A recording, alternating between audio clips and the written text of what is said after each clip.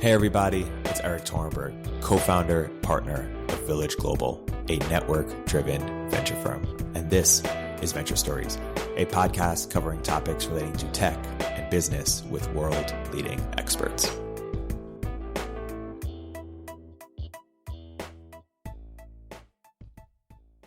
Hey everybody, welcome to another episode of Venture Stories by Village Global. I'm here today with two very special guests, Katherine Boyle, General Catalyst, and Bilal Zuberi at Lux Capital. Bilal, Katherine, welcome to the podcast. Thanks for having us. Thanks for inviting us.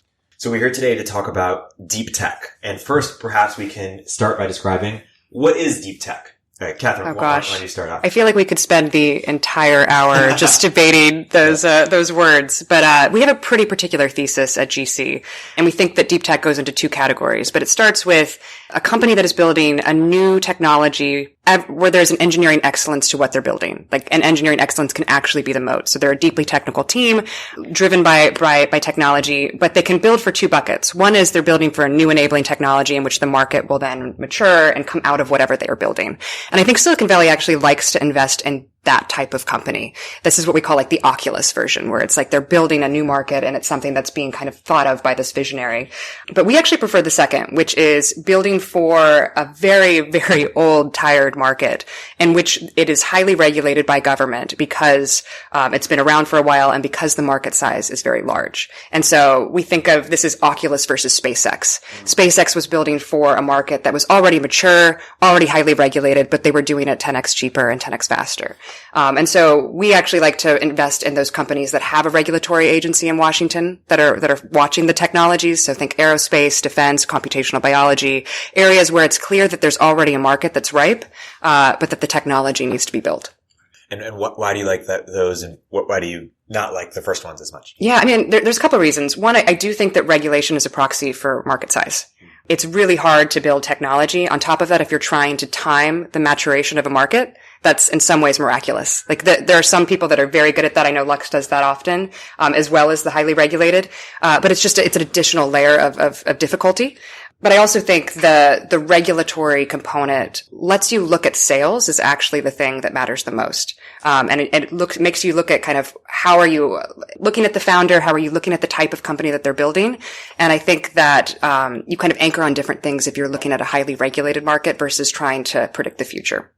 How do you think about it at Lux, Bill?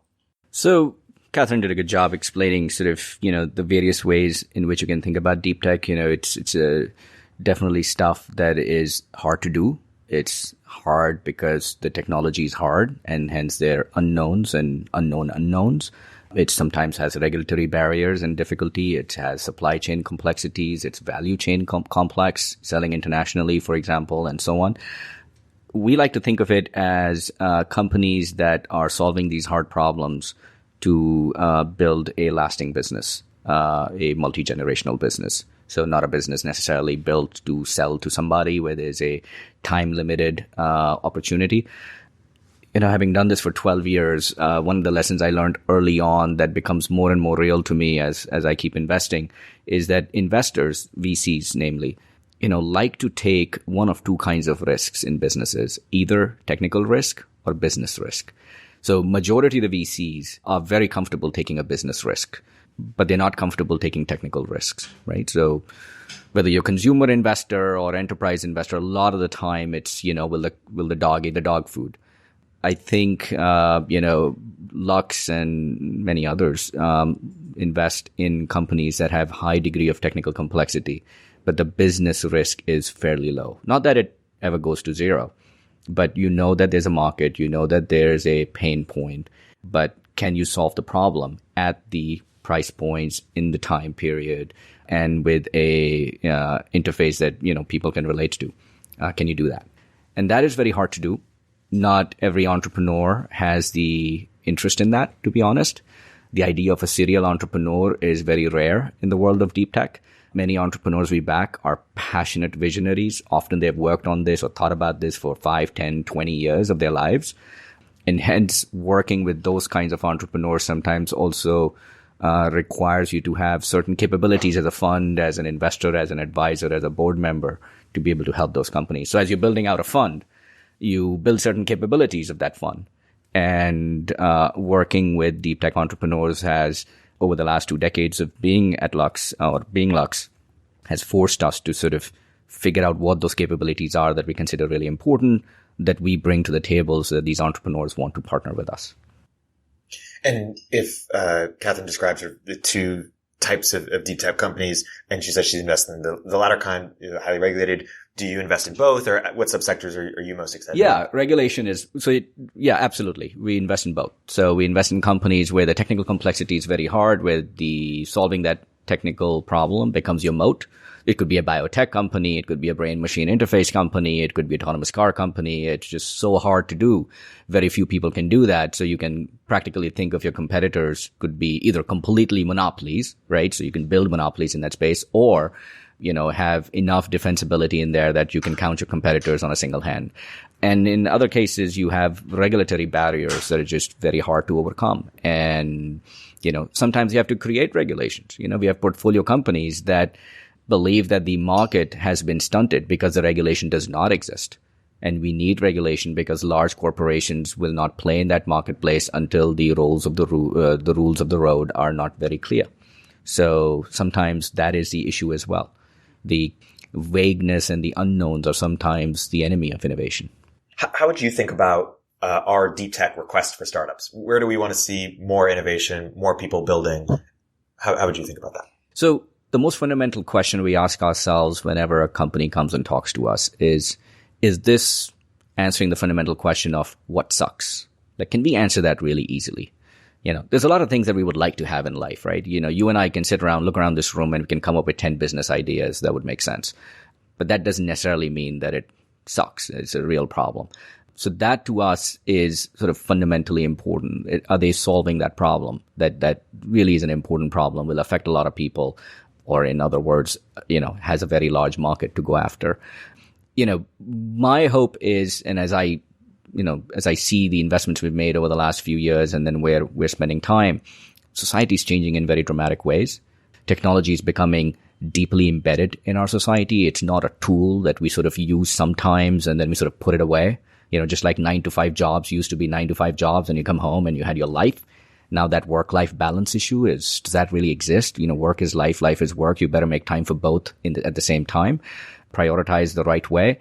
The same thing is happening with technology. It's becoming deeply embedded in our lives to the extent that you have literally, as I said, brain-machine interfaces, right? People are peering into our intentions and capturing those and turning those into mechanical motions and so on. So as that is happening, I think we are identifying some very interesting new opportunities in areas, from healthcare and therapeutics. There's a whole area of digital therapeutics, for example, that FDA can actually give you a license to go after, to thinking about ethics and automation and jobs and what does that mean for our society. So that whole broad segment is really open, and we've barely scratched the surface right now. We talk about automation, but we don't really automate anything right now. It's a highly manual life that we lead. How would you answer the same question? It's interesting because I have to kind of pull myself back from being thematic. Like I joke that I'm just coming up from this long kind of investment cycle in defense and I'm looking for the next thing. And I'm like, that's actually the wrong way to think about it. I am really all about founder narrative fit. And I think it's incredibly important for deep tech companies specifically, because it is such a long journey. And because, as Bilal said, it is really, really hard. You are adding extra layers of constraint, tech risk, regulatory risk, things that enterprise companies or consumer companies don't often have to deal with. So the founder narrative fit has to be very compelling. And usually the most compelling stories I hear are not things I'm looking for. Like they are one-offs. It's a thesis that a founder has because they've devoted their life to a certain type of research, or because they've worked in an industry and they saw how terrible things are, and they want to fix a really difficult problem. And so I always say that our view is like, what is the well-reasoned theory of the future that you have? And is it able to stand up against people just picking away at it, specifically at the early stages?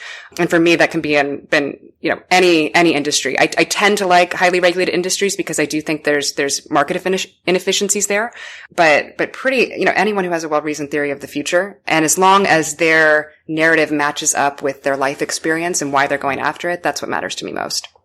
By the way, one thing I'd say, thinking about what Katherine was saying, these companies take generally a little bit longer to build.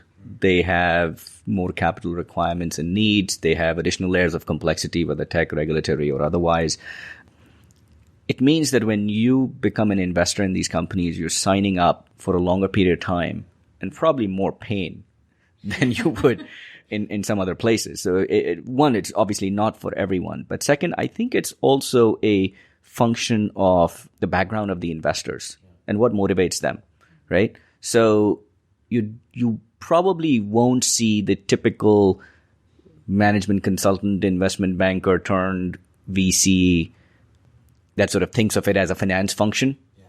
Not that any VC really thinks of it as a finance function, but still, those who are like doing all kinds of, metrics analyses on how to dissect the SaaS metrics and so on. I think you will find those kind of investors just less motivated with deep tech. But investors who come in, obviously people who've been entrepreneurs in related spaces, who are technologists in the past, to be honest, people who are coming out of journalism and media, who have a view into the world, just media broadly, not just journalism, who are seeing how society is changing, how people are changing, how their lives are affected by technology and what good it can do or what bad it can do when misused. I think those are the kinds of people who look at these sort of bigger overarching problems in technology and society and find it in themselves to take on that pain of building out deep tech companies. Yeah. There are easier ways to make money. Absolutely. It's so funny. We were talking about this earlier, but I've been spending a lot of time in Washington and trying to explain how venture capital works to people in policy or people in the military or people who, when they think of technology, they think of deep tech. Like the Defense Department thinks of robotics, they think of AI, like they think of the hardest problems. And I always joke, I'm like, what is one of the best AI companies to come out of the last generation of startups? It's Stitch Fix. Wow. It's a company that if they mess up, if the algorithm messes up, no one is going to die if they don't get their fix. But in the places where we invest, whether it's autonomous vehicles, if it's defense, aerospace, like it is actually sometimes a matter of life and death. Yeah. And so it does add this layer of complexity to, what are you doing as investors? How are you thinking about the investment? But also just the pain points of building the company. We're investors in therapeutics companies as well, where people are literally trying to cure cancer. Yeah. So those are, additional layers of difficulty that come in when you're thinking about how to evaluate these investments, but also how to build lasting companies. I think that intersection of people and machines or technology and society is a really important one. And it is one that deep tech entrepreneurs from day one have to take very seriously, have to have more nuanced point of views on, and their boards and their investors have to be really thoughtful about. I wouldn't say that, look, deep tech has its own issues. Companies that maybe, building technology that can be manipulated to do bad in the world sometimes don't put in enough effort as they should into thinking about those matters. But I think that would be more of an anomaly than common. I find deep tech entrepreneurs who think about these problems, take these things more seriously. It impacts their business models. It impacts the particular paths and roadmaps they take in their technology development. It also impacts where they choose to do business and who they choose to do business with. These are all important decisions that often when you're building, something that's a generic consumer technology company, you don't think about until much later. Yeah. You don't have to think about it day one. Yeah. Let's dive into some of these subsectors. Let's start with in defense, because we've spent a lot of time there recently. For VCs and entrepreneurs who are curious about the space, want to invest more or build something in it, where is the white space, or what should they know that they probably don't know, or what can you educate our audience there? Yeah, the further I went down the defense rabbit hole, the more upset I became with kind of the existing market and how it functions. So I believe it was 1994 when Lockheed Corporation merged with Martin Marietta to become the largest defense contractor. And now we have 5 big defense contractors, which I believe get somewhere between 30 and 40% of all U.S. contracts for defense. These are companies that have not invested in research and development. I like to compare it to the pharma industry, where we both have some background as well. Pharma, a lot of R&D has been spun off to venture-backed companies, where you can, watch companies build something that's really important and strategic for a pharmaceutical company, get through phase 1 or phase 2 trials, and ultimately get acquired. And, it's a good outcome for everyone involved. And you're actually working on a specific need, that pharmaceutical companies need. In defense, it was just, let's get profitable companies. Let's acquire other profitable companies with contracts, don't necessarily have any sort of technical ability. And now you have these very, very large, prime contractors that don't have, AI capabilities. They don't have the types of capabilities that are needed for defense today. And there really isn't an entry point for companies, or wasn't an entry point for venture-backed companies for a long time, until about 2015, when former Secretary of Defense Ash Carter under President Obama said, we have to have access to the best technology in Silicon Valley. We have to get them working on these strategic AI problems. And so we created a new contracting vehicle called Other Transaction Authorities that allowed for early stage companies to be able to work with the Department of Defense within 30 or 60 days. But it also raised the question of, now that you have all these great companies that are startups that are on the bleeding edge of the type of technologies they need, how are you going to give them contracts? And it's created a lot of questions within the Department of Defense, and a lot of questions about how the DoD has been procuring software for the last 30 years. So it's an interesting time. I think that there's been a sea change in how Washington is viewing technology, and particularly startup technology, and how they have to work with it. But in the next few years, we're definitely going to see whether or not companies are able to scale the way that the Big Five have been able to scale. And where do you see the white space in defense for entrepreneurs who are thinking of building companies there?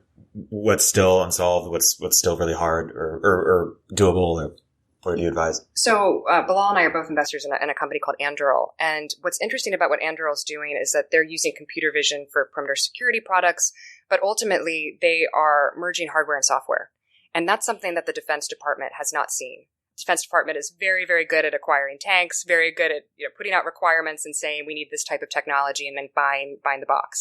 But companies being able to merge the two, I think we're seeing this across industrials, we're seeing it across legacy industries, but the Defense Department needs more of that. And so that's an area where I think because the cost of sensor technology has come down the cost curve so quickly, thanks in part to investment in autonomous vehicles, we're seeing a lot of companies that can become very good systems integrators that can build hardware technology with off-the-shelf parts and ultimately merge that with software innovation, and particularly AI. So the military industry, the military industrial complex, so to say, with these 5 big contractors and others, was set up in post-Second World War for the needs of that time. We needed to be able to move quickly, and we needed to be able to produce, weapons and tanks and so on. So we set up an industry a certain way. Over time, that industry turned into a low margin business that we thought was good for the country because we weren't paying them very well. We kind of turned them into utilities, like electric utilities. Their margins are capped. They are near monopolies, if not, monopolies. And what we saw was very predictable. In just like electric utilities, innovation died. And they were not paid for innovation. They were paid to keep lights on. And in some ways, they've been making the same tanks and bombs and missiles that they've been making for a long time. And lots of our money went into putting butts in seats. So the incentives you put in place and how you reward people is what drives action. So that's what we did. Now, over the last, 20 years, the technology industry has seen some pretty rapid and pretty dramatic developments in what is now accessible and available. From availability of sensors, first people dubbed it the peace dividend of the cell phone wars when GPS systems became very cheap and so on. And then you have now what's coming is the peace dividend of the autonomous car wars. So the LiDARs and radars and so on, and GPU compute is going to become cheap. So that's one area of innovation that happened. The second area of innovation with the cloud connectivity and compute that became available. And the third was, big data analytics and autonomous systems and AI, machine learning that became available. You put all three together, and we've seen some amazing companies get created. Oculus was possible because you could put sensors on the headpieces to be able to track human movements at pretty high fidelity. And if you could do that, then you wouldn't have this dizzying effect. And the same thing can be, said about a lot of, drones are now possible for commercial filming and so on because they have tons of sensors to be able to stabilize them and take movie action photos and videos at the cost that you and I can purchase at a Best Buy. All that innovation, from semiconductor chips to sensors to computing infrastructures to obviously machine learning AI type systems has not been available to the military. And military is now starting to realize that we have a problem. But, they're realizing that while they're in active situations around the world, having cyber warfare and preparing for kinetic warfare in different parts of the world that is no longer going to be about feet on the ground, but autonomous systems and so on. Now they're turning to Silicon Valley where that technology is and saying, how do we get access to that? And I think, we have to lay down the roads, so to say, for those conversations to take place and for that technology transfer and partnership to take place. And there's a lot of work to be done there, not only on the technology, but also on the processes. There's basically 70-year history of how technology was developed, sold, and implemented in the field that is completely runs counter to how, we've done so in Silicon Valley. And all of that has to be sort of changed. And I think there's tons of opportunity because, military needs it. It's not something that they just like to have. I think they absolutely need to have for national security purposes.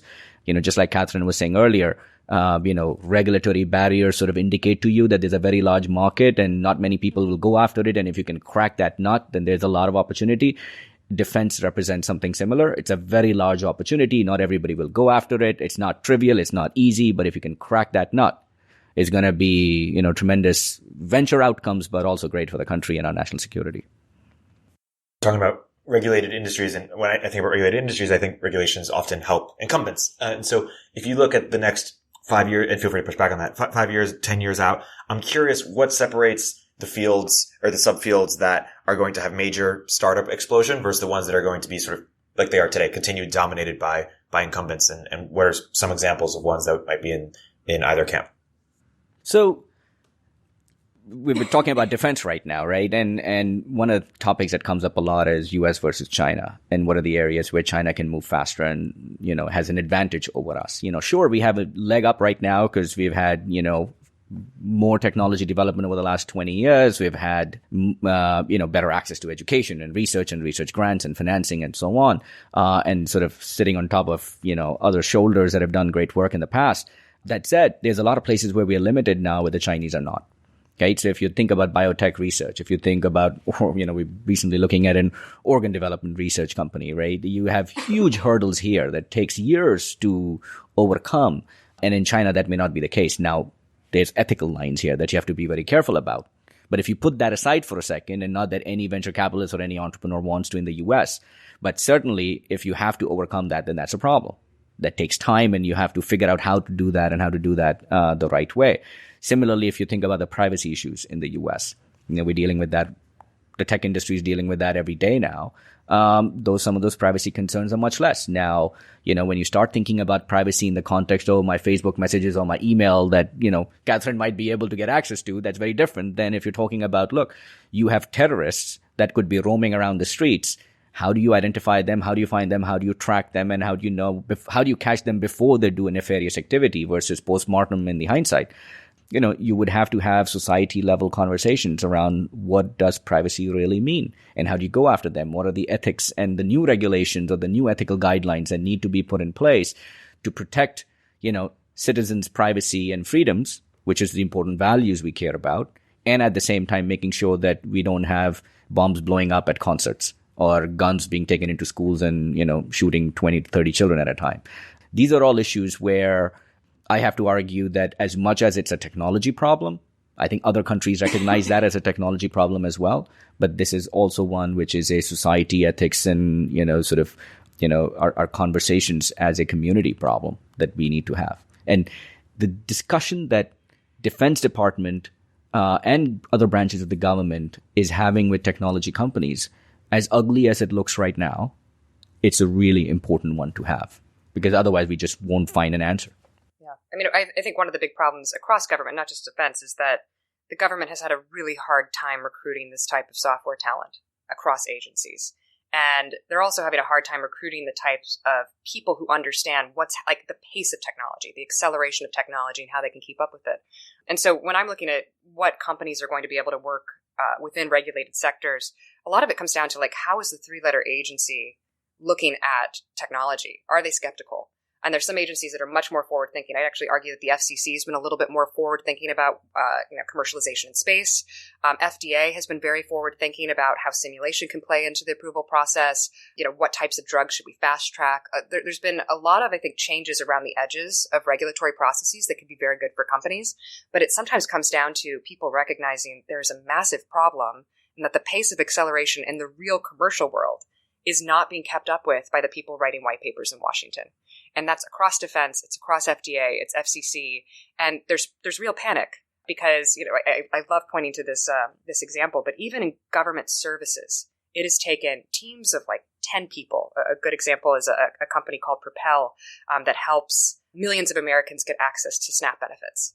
There are a group of 10 people that was able to build an app that works better than the federal government in terms of helping people manage their resources for a very important civic service.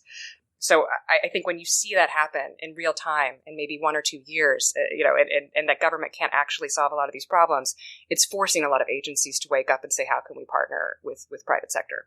It's also, I would also say, Katherine referred to earlier solving hardware software problems. So while there are certain class of problems that can be solved with just software, these days machine learning, AI is everywhere, and people think about, I'm an AI company or we are an AI company. A lot of things require you to solve hardware software problems. And the hardware here could mean mechanical, electrical hardware, or it could be biological or so on. We also have a world where the government sort of was okay outsourcing a lot of it to private industry, and the private industry was okay outsourcing a bunch of our supply chains to outside the country. And now when these are starting to become national security issues, we're finding ourselves sort of, sitting there with our pants down by our knees, right? Like we don't have the supply chains available. We are reliant on external suppliers. There's a trust issue with some of those suppliers.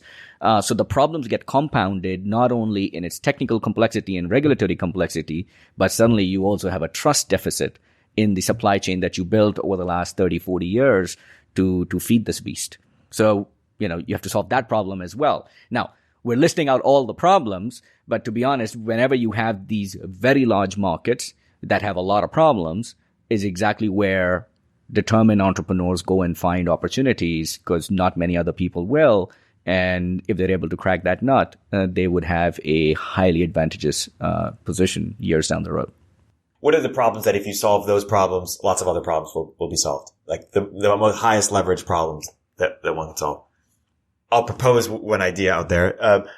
What do you guys think about charter cities? Could you ever, or sort of, markets for governance or competitive governance? Could you see yourself backing charter cities? Interesting. Yes, no. I'm not interested in backing experiments. Just like I'm not interested in backing some great technology development because they got an SBIR grant because this little technology should exist. Why not? It's a great science that should just come to reality. I'm interested in backing businesses that are scalable. Either they affect, 1 billion people or proverbially billion-dollar companies or generate a lot of jobs or solve a problem that many of us face. So, when companies come to me and they tell us, I'm looking at what you just said, and I said, if they come to us and they say, oh, we got, permit to do this in Dubai or Singapore or Hong Kong, because either they're, different governing mechanisms or you just know the right person and the sheikh says yes, then it's a good to go. That doesn't change anything about our decision making. That actually doesn't play in as some great positive, well, wow, Dubai wants to do this, so great. Because what are you going to do afterwards? You got to build something that you can replicate. The whole idea of venture capital has been that you make the investment up front to develop the solution that you can then roll out. And then as it scales, your cost of everything goes down, not just the cost of production, but your cost of distribution, your cost of operation, and, everything becomes cheaper and better, or in some ways your margin essentially increases as a function of scale. And I think we're looking for solutions like that. So, a big problem that many of our companies face right now is, a dependency on Asian supply chains. Now, it's not a problem if we are in a healthy, happy place where, Asia supply chain is just one flight away and so on. But when you're in an environment where, you have suppliers shutting down supply because the chip is getting, shut down for sale in the US, when you have, and, we're having that, you can have life-saving equipment that cannot find certain chips right now because they're not available. Or if you have tariffs that suddenly could add 10 to 30% on your cost that the market is not able to readily absorb, that could be a death blow to companies. So I think, those are important things. The third thing I'd say, what can we radically solve? I actually think we have a talent problem, right? I remember starting my company 2003, okay? MIT alum, starts a company, wants to hire, 20, 30 people. I mean, that's the plan. Starts looking around and just notices that, 80% plus of the applicants are immigrants for senior scientist roles. I'm looking for chemists and chemical engineers and manufacturing engineers. And that's interesting. And I really questioned myself, am I just biased as an immigrant that I'm just, choosing from pools or looking into pools where more immigrants are? And then I realized that that's what our universities are producing right now. So if you look at the hard sciences, everything from computer science, but especially if you look at mechanical, electrical, chemical, biological engineering fields, a lot of those areas are, being studied by immigrants. Many of those are not U.S. citizens, and we don't keep them here. We don't create the right incentives for them to stay here.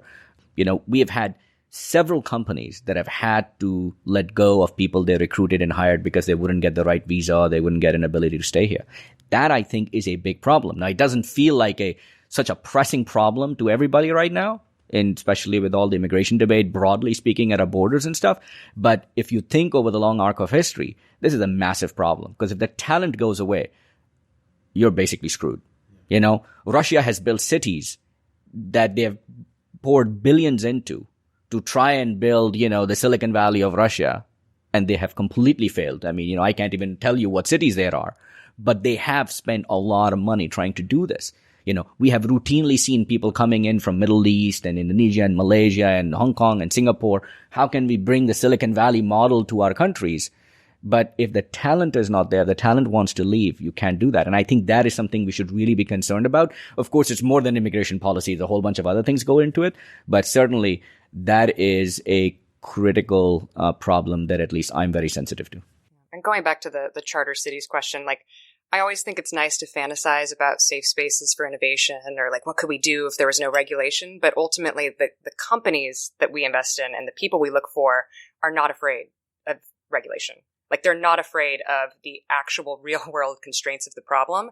And that's something that I think ultimately the best entrepreneurs will always be able to work with Washington. They'll always be able to kind of make their arguments heard in that forum. And we need more of that. Silicon Valley, I think, sometimes likes to shy away from interacting with Washington. And the last 10 years have shown us that that's not always the best thing. And so now having people that are willing to interface with these hard challenges and talk about them with regulators, I think that's what we need more of. Yeah. Well, let's get deeper into what has Silicon Valley done wrong as it relates to Washington, or why is there sort of, you mentioned before the podcast, there's sort of a battle on the left and the right against tech capitalism, perhaps? Yeah. So it's interesting because I've been debating this a lot. I don't think the techlash is a real problem from Americans. I actually don't think that my mother in northern Florida cares at all about what's happening in Silicon Valley. So is it just journalists or just DC? Or? I think it's predominantly regulators and predominantly the media. And I do think we have this sort of narrative that our best days are behind us. And I felt it so palpably at the anniversary of the moon landing that we choose to go to the moon.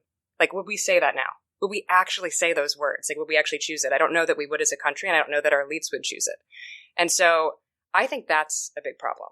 I actually think that's the limiting force, is that the people who are crafting the narratives about this are very anti-technology. I think most Americans love Amazon. They love, if they have to give up a tiny bit of their privacy to get their toilet paper delivered day of, they're very happy about that. And they vote with their pocketbooks. So I think the big problem is getting the leaders of Silicon Valley who have not interfaced with Washington and who have sort of shied away from these problems for the last 10 years to talk about this with the people who are leading the techlash. And to have those conversations. And I actually think they have more in common than they think they do. And I'm saying this as someone who, worked at a dying newspaper, lived in Washington for 10 years, probably held some of those beliefs until I came out here and saw the light. Yeah. But I do think that there's truth on both sides, and bringing people together more is probably what we need now versus sort of separating ourselves and not talking about the difficult issues. Would you serve as vice president for Andrew Yang?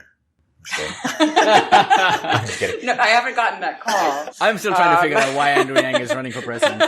But I know a lot of my tech friends who support him. I think, I want to follow up what Katherine was saying, and I think there's a public leadership problem, and especially in tech companies and in the military. Two sectors of our economy that are now, have been and are very, very large, but almost feel like they don't have a duty to do public leadership. By leadership, I mean going out there, speaking and talking and convincing and telling people what they do and why they do. It's almost assumed, taken for granted. Our military leadership assumes that we all have a nationalistic fervor. We believe and, we obviously, believe in the sacrifice that the military gives and the lives that are put on the line to defend our freedoms. Yes, but there's a lot of people who are growing up who have not seen war, definitely not been exposed to it personally. That's a real issue. So the assumption that they might have that everybody thinks military only does good may or may not be true. Certainly not when military and the politics become so intermingled as it seems to be. May or may not be true, but it seems to be in the DC right now. That's a real issue. So they have to come out and they have to do public speaking and they have to go town to town and they have to talk and they have to, find ways to explain to people what are we doing and why.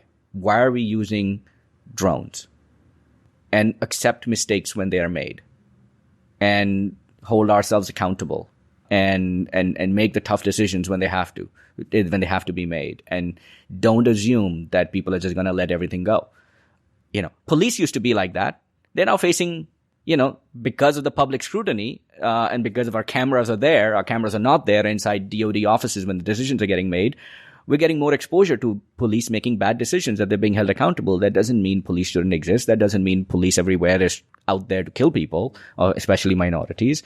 But they have to be accountable and they have to do things better. I think military will need to do the same. I think technology needs to do the same. The idea of a, nerdy, geeky guy who doesn't have to confront society and can shout at the 10 people sitting around the table and, F this, F that, and that's sort of a hallmark of a great leader. That's not okay anymore. It was fine when this was a small boutique industry maybe, but it's not okay when, 3 billion people around the world are using your website. And it's not okay when, people are using your site to either, drive hate or drive warfare or drive other kinds of, rebellions inside their societies. I mean, you have to be out there talking about who do you stand for? What do you stand for? Why are you doing what you're doing? What judgments and decisions you're making, and what hangs in balance. And I think that is something that we haven't expected of people, especially in these two communities, military and technology. And I think both sides are very uncomfortable playing that role. Yeah. I can tell you VCs, who are just a very small part of technology, they're very uncomfortable playing that role. Very few of them do. It's sort of, if I raise my arm, I might get all the attention, towards me. And that may be the worst thing that can happen to a VC. Sometimes, I think that will change over the next 10, 15 years, especially as, there are VCs who are billionaires, right? I mean, it's, when Bernie says there should be no billionaires, he's also talking about VCs. As much as we talk about we're bringing innovation and look at the jobs we've created and, we pay full taxes and whatever, right? That's irrelevant. We're a part of society that is now really large, really big, and impacts a lot of people's lives. And we have to be able to stand up and talk about what we do, what we don't do. We know we will make mistakes. And we'll just have to, adjust and learn and be held accountable. I want to zoom out for a sec. We've been talking about the present of some of these subsectors of deep tech. Why don't we give a brief sort of historical overview of how deep tech has evolved or been seen over time by the venture community? For example, are there waves of deep tech, and which wave are we in now? How would you sort of give a brief historical survey? So I'll give a very high level. I mean, there's academic work done on this, right? So I won't give you that. Obviously, the history of venture capital goes back, and especially in Silicon Valley and Boston, the two early centers goes back to the DARPA and military funding research for radio research and so on. And there's a lot of work that's been done in that space that people have written about on how all these innovations came about. Internet came about because military was funding communications. But, there are two things that, I'll talk about. One is the half-life of technology intimacy, which is happening. And I think it's pretty interesting to track it that way, right? So you have my partner, Josh Wolf, talks about it quite a bit.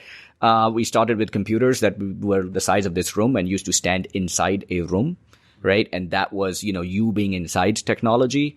And then it went to a desktop sitting in front of you, laptop on your lap, to a phone that's in my pocket right next to my skin, and then a watch or earbuds that are literally attached to my body, right? And now we have brain-computer interfaces that are literally trying to read, what you're thinking and what your synapses and what your neurons are doing. So if you think of it through that lens, you can start thinking about it less of we had this new invention called, integrated chip or integrated circuit or whatever, but think of it more as, how humans and technology have evolved together, and what is our relationship with technology. So that's one interesting angle.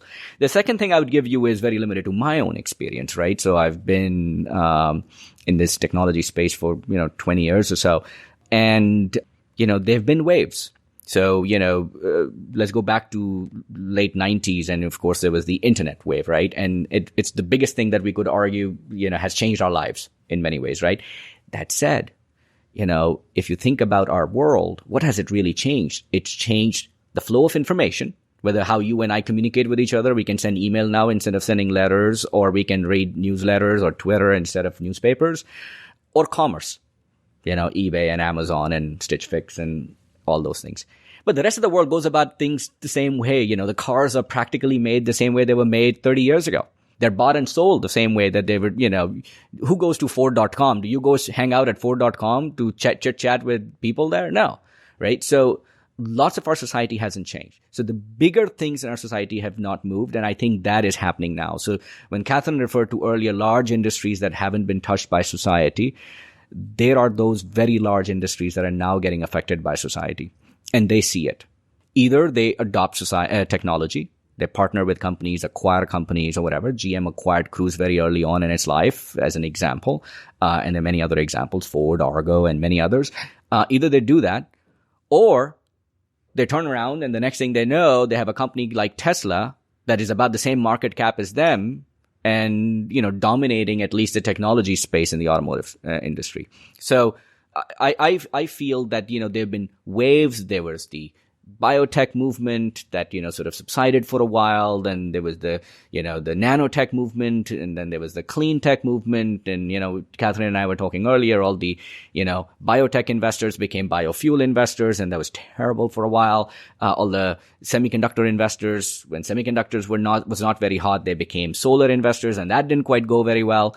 But then eventually all of that turned into new industries. So now semiconductor is back again, one of the hottest spaces to invest in. Biotech is again interesting space. Space, robotics, drones, autonomous systems has become hot. These things go through their cycles. I would be, by the time, we are talking about it on this podcast, probably the space has already moved on, right? I think the important thing is to go back to the fundamentals, that instead of chasing what spaces are hot, the idea should go back to what is an important problem to be solved, and can you solve that while creating a protection for your business around some kind of a moat around that business, so that you get to extract an economic rent by having solved that problem, if an outright patent doesn't give that to you, because that was, state mandated monopoly. If you cannot get that kind of a monopoly, you have to create some other way of having a monopoly-like situation. And if you do that, good comes out of it, both financial, but also for the society. And just to add to that, I think, we'd be remiss if we didn't talk about interest rates. Like, historically low interest rates since 2008 have propped up deep tech in many ways and been very great for deep tech companies. And even just, we've been talking a lot about just the amount of dollars that are going into autonomous vehicles, going into component parts. That has been incredible for buyers that are going to last, even if interest rates change. Even if capital leaves Silicon Valley, there's always going to be government buyers. There's always going to be the need for this kind of technology. And so I again, going back to what Bilal said about it always comes in cycles, but it's definitely tied to global markets. There's a lot of enthusiasm for things that in Silicon Valley that may or may not fit the venture model. And we forget our lessons pretty quickly. The entire clean tech debacle was less than 10 years ago. And, there were VCs talking, crying on stage and talking about $1 trillion industries, and the world is changing, and this is the biggest opportunity for investments since, time immemorial. And that didn't end that well. And the reason was that people didn't pay attention to the fundamentals. And just in the last week, with this whole WeWork debacle, people have started to notice there's these things called gross margins or discounted cash flows and free cash flows, Business school has started to be a little bit more appealing. I've noticed that on Twitter. I'm like, that's shocking. Who would have ever thought that? Yeah. It's really fascinating to me that there are many investors who could not tell you how to calculate DCF. It's shocking as it might be, but they've never had to. Why should you expect them to? You're supposed to go in, you're supposed to find the next person leaving Uber M3 team or Google, blah, blah, blah, right? And they're having this big idea, and Sequoia and Andreessen Horowitz are already, talking to them. So this must be something interesting. And the next thing you know, the round gets done. They show a little bit of movement, and then a second round gets done before the first round, has even been celebrated with a closing dinner, right? That's the world we've lived in for the last few years. I think those kind of things are not going to end well, but that's okay. That's, the entrepreneurs who are heads down building companies are going to continue to build. They're going to use that to their advantage. They're going to raise capital at the lowest cost of capital. They're going to hire great people who are leaving these companies to come in and do something that's world changing rather than, keep optimizing search engine for Google. And I think we're all going to be good coming out of this. Some people will lose their shirt on it, but that's okay. I mean, that's the business we're in. Some people will lose their shirt on it because they're taking risks that they should not be taking. Yeah. And if the markets change in a pretty drastic way, are there subsectors that are particularly sort of immune or will be strong or particularly fragile? Companies that don't have customers and don't expect to have customers for another few years, but their idea is that we can raise another 3 rounds of financing with interim milestones. I think those are the ones that I'm not suggesting that they're terrible companies. I'm just suggesting those are the kinds of companies that are going to have a really hard time. Very quickly, people will learn to find customers for some aspect of their technology that may be applicable today versus the full stack solution that they may be building for a 2025 deployment. I mean, this is why when we talk about what are we looking for in a founder of a deep tech company, I think there's often, people get enamored by the technology, or they get enamored with how brilliant the technologist is, but you have to be 10 times more commercial in something that's a much more difficult market. And so going back to there has to be a business model. Even if it takes you a few years to build the technology, there has to be a business model from day one, and you have to understand how you're going to make a multi-billion-dollar business because it's going to take more capital. It has to be that much bigger. Yeah. Let's say we're doing this podcast 7 years from now or 10 years from now, and we're talking about the wave of the last 7 years, the last 10 years. What's a prediction you have for how that conversation is different in terms of how deep tech has evolved? Or another way of asking the question is what's the clean tech right now? Or the flip side, where does Zemcentrix come from? So if we were 7 to 10 years out, I want to look back and I want to see a few companies that you and I can point to, not just as great venture successes, but multi-generational companies that got created that will be there for a while. Amazon is a multi-generational company. Now, who knows how long they will last, but certainly feels like that, right? They've been around for 20 years and probably will be around for another 10, 20 years. If you look at a lot of deep tech successes, they haven't been of that sort, right? I mean, what are the big companies we talk about? They're mostly private, right? SpaceX, Palantir are big companies, but they're private. So none of us have a real understanding of their internal financials. They look good because their valuations are high. So hopefully they're good businesses too. Tesla is an example of a public company, but, people can argue me to death that this is the biggest fraud in the public market. My own partner, and I argue with him all the time, but, he's probably right on the financials and I'm probably right on the product. I would love to see a few companies that look like that. So not companies that, GM buys for $1 billion or a pharmaceutical company buys for $6 billion, but we never see the product. I would love to see standalone public companies that look like platforms for the future. Companies that, will spin out other entrepreneurs to build companies, whether they're spinning in companies or otherwise, the Ciscos of the future. Where will that get created? I would love to see that. You also asked, what are some of the areas where we might see big holes? I worry about the autonomous car space. Why is that? I think there's a lot of money going into it. And yes, it's a very large industry, but I think a lot of people are not very thoughtful about the capital intensity of that business and the margin structure of that business at different parts of that business. You don't want to be a tier 2 supplier because you're cost plus supplier. Do you want to be an OEM? I don't know. Do you want to be a network operator like Uber? Well, Uber's financials don't look very good. But then maybe if they do become robo-taxis, then you immediately accrue 60, 70% margins that you right now have to pay to driver. Maybe that looks good. So there's a lot of unknown there. I'm sure there will be some big successes, but there's literally billions and billions of dollars have been, these days, the flavor of the day is trucking, right? So there's like 5 or 6 trucking companies, each raising $100 million. 3 years ago, it was cars. So who knows where this goes? But I think, again, great companies will get created, but there will be creators. I also, worry about some of the industrial automation stuff. And not because the industrial automation doesn't need to happen, absolutely. But I think there's some macroeconomic issues that need to get taken into account. If manufacturing moves out of China and goes to Vietnam or Indonesia, they may not be using the same level of automation that China may have deployed. So if you're a semiconductor supplier into that industry, or if you're a robotic supplier into that industry, you might see some softening of the demand there. And that could be very large. China is a very large consumer of automation. So those are some areas as well that I'm long, if you ask me 50-year trend, sure. We're going to see greater automation absolutely across the board. But in that 10-year period, I worry when, where, and how some things may not work. I've listened to enough podcasts to know not to make predictions, so I will not make that mistake. But I think a lot of the companies that we invest in, and personally my area of passion, is following this thesis of the privatization of government. Like, I do think, going back to what Bilal said about just talent being a huge issue in companies, it's a huge issue in government. And so a lot of the government services, pretty much every major function of government, is going to have to be supplemented with private capital and private companies. And we're seeing it already. And it's happening before our eyes. I mean, I would argue that Uber in many ways is taking over the function of the city transportation department. The way that people are now opting not to give that revenue to cities and to give it to a private company. You see it with security companies, both in defense, but also in, city security. There's a lot that, I've argued that Silicon Valley is becoming this sort of like historical shadow capital that we've seen throughout history.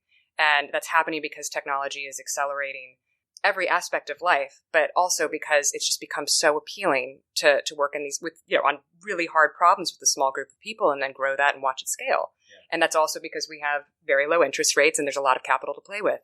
So I think that's something where I think, it's a 30-year history of watching privatization happen. And I think that's going to continue and be accelerated with technology.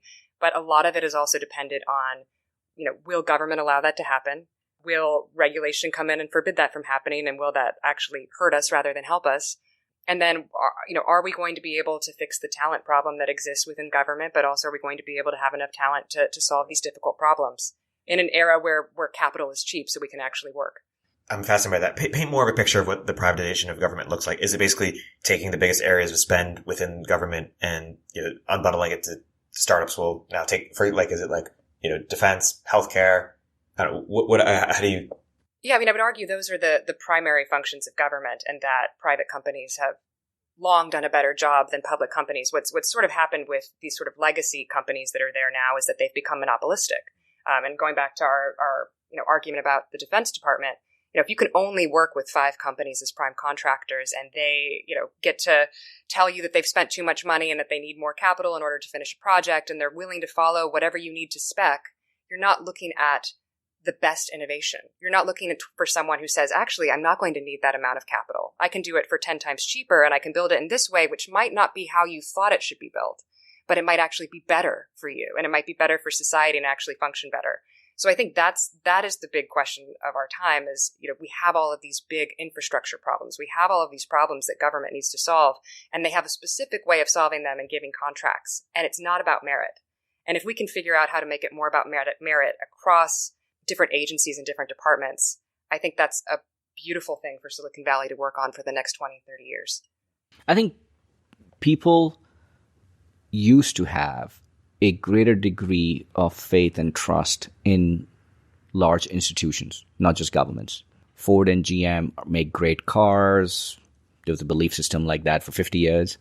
And, government can run better programs for whatever social security or whatever else it might be, or better road, development, development works and so on. And I think that has changed. And it's changed in many, many, many different ways, right? We no longer think Microsoft makes the best software. I mean, they may in some places and they may not in other places. But if we don't trust, a fast moving tech development company, there's certainly that trust also doesn't exist for the large bureaucratic institutions. And that change is allowing people to say, I want this. This is a need that I have, whether it's healthcare, whether it's security, whether it's access to water. I am willing to spend on it, what I think is fair, make that happen. So we're no longer okay watching ABC and CBS and NBC. We want choice. And we want that, we expect quality. And whether that comes through private networks or however, we're willing to pay for it. But we need to see that you provide that. And we're willing to choose from what is available to us. And I think that is a big change in industries that used to be very CapEx heavy, that used to, need very large scale to really operate. In fact, Catherine's partner wrote this book, Unscale, right? Or whatever it's called, Unscaling. There's an entire thesis of that, right? That things that used to be done at scale and considered that it is better to be done at scale might actually be beneficial to be done subscale or at a different level of scale, because the supply chains have changed, value chains have changed, and people's, choices have changed. I think it's going to be very interesting to see how far we're willing to take it. I give you an example. I've invested a lot in physical security companies. If you were living in Baghdad or if you're living in Karachi, you care about your physical security a lot.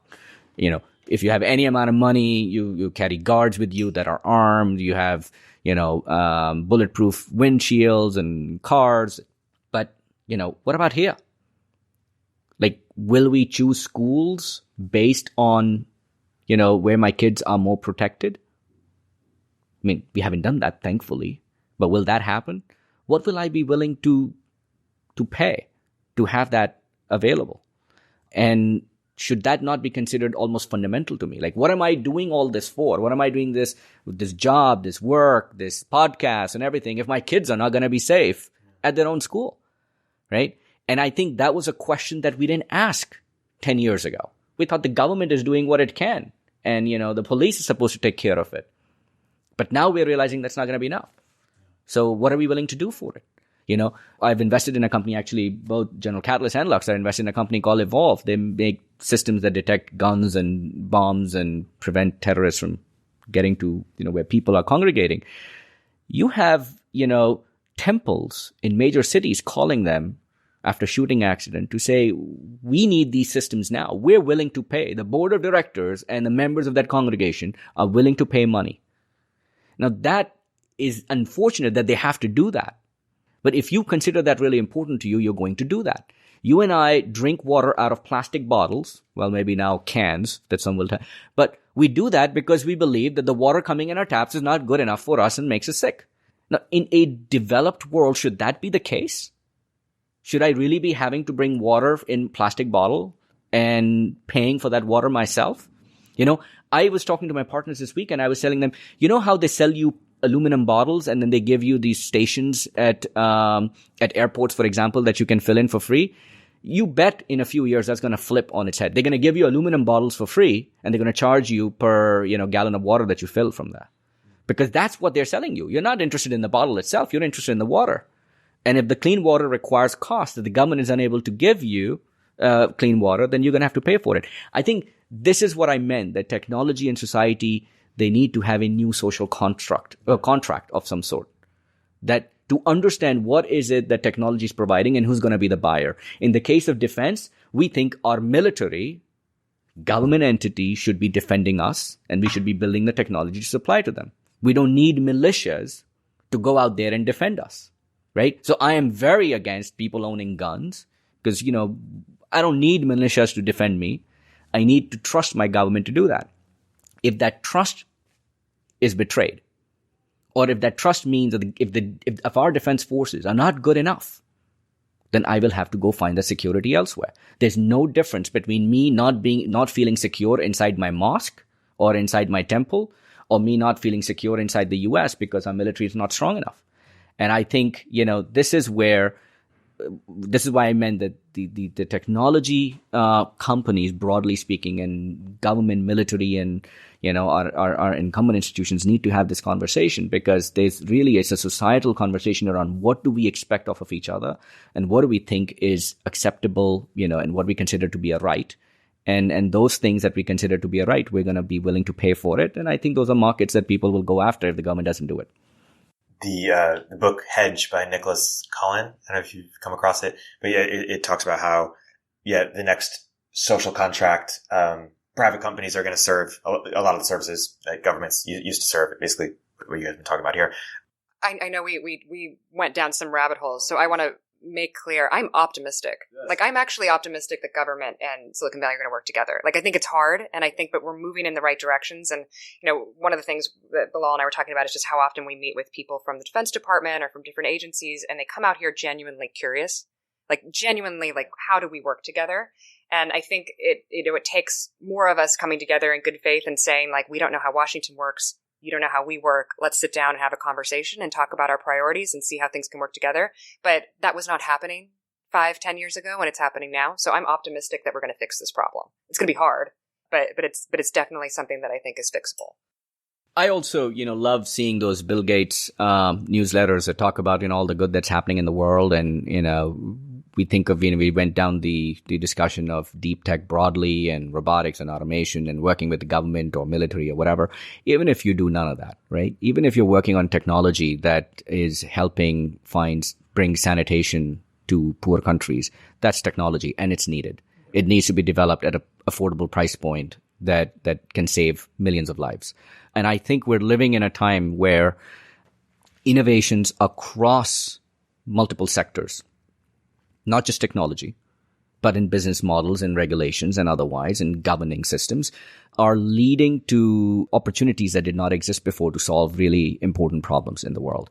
What, in my world of, entrepreneurship and startups, what's most interesting to me is that, we've created a lot of wealth for the technologists in the last 20 years. There's a lot of people walking around us in San Francisco who are all millionaires and multimillionaires. And they are all, not all, but many of them are raising their head and saying, okay, what am I doing next? Right? So I made my money doing something for some technology company, Facebook, Google, Uber, whatever, right? But what's next? Not any different from Elon Musk, from payment company going on and saying, I'm going to build an autonomous car company, or I'm going to build an electric car company, or I'm going to build a solar company or a space company. There's many, many such people walking around. So they're bringing a lot of knowledge, capabilities, know-how, resources to bear to solve interesting problems, which is one of the reasons why you're seeing, people, building literally flying cars. And I think that's a real reason to be optimistic, because sure, many of them won't work, many solutions won't work, but that's the business we're in.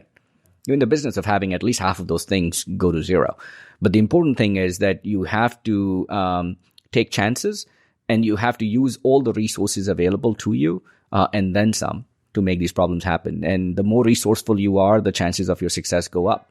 And we're seeing more resourceful entrepreneurs enter the deep tech space. We're not just seeing the missionaries who were starved and didn't know how to find the right resources and were relying on government grants and SBIR programs and this and that. But we're seeing people who are able to either collect resources and or change the system to be able to open up resources and go after big problems. And, to be honest, even more so than the non-deep tech spaces, VCs and investors like us, have a real role to play in sort of, creating a narrative to invite more of those people to come in. That this is a really interesting space, this deep tech, what we call deep tech. And it's very rewarding, not just financially, but otherwise. But most importantly, there are amazing people who are working in this space, and that's the one thing that's most exciting about my job, which is, the kind of people you interact with just blows you away. And the kind of ambitions they have and the kind of things that they're capable of doing really surprise you. So I've been doing this for 12 years, and every single year you almost feel like, oh man, I was really playing with the kids before. This is like the next group coming in is so much more amazing than the previous one. And that's amazing. And when that changes, That's when the fat lady truly stops singing. That when you start saying, yeah, last year's entrepreneurs, what I saw last year was so much better than what I'm seeing now, and when it's time to look elsewhere. Yeah, I think it's a great place to close. My guests today have been Katherine Boyle of General Catalyst and Bilal Zuberi of Lux Capital. Bilal, Katherine, thank you so much for coming on the podcast. Thanks.